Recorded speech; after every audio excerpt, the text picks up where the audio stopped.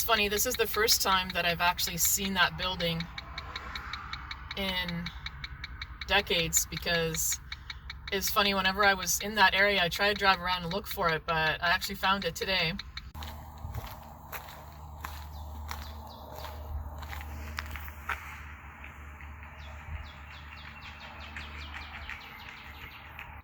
I moved there with a girl from my hometown, and then after that I moved into an apartment with my ex-husband.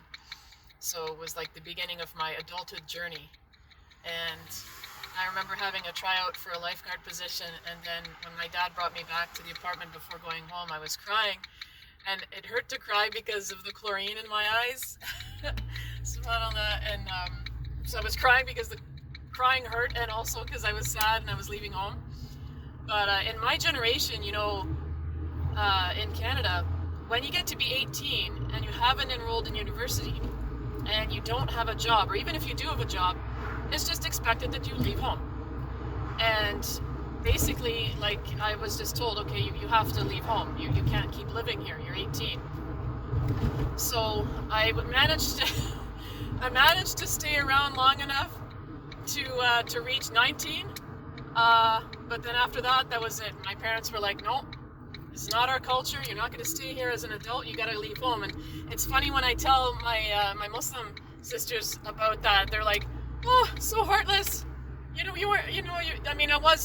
I was technically married, but like, to my parents, they didn't really consider it like marriage, And my situation with my ex-husband was that we weren't living together anyway. I moved without him to the city, and then he moved afterwards.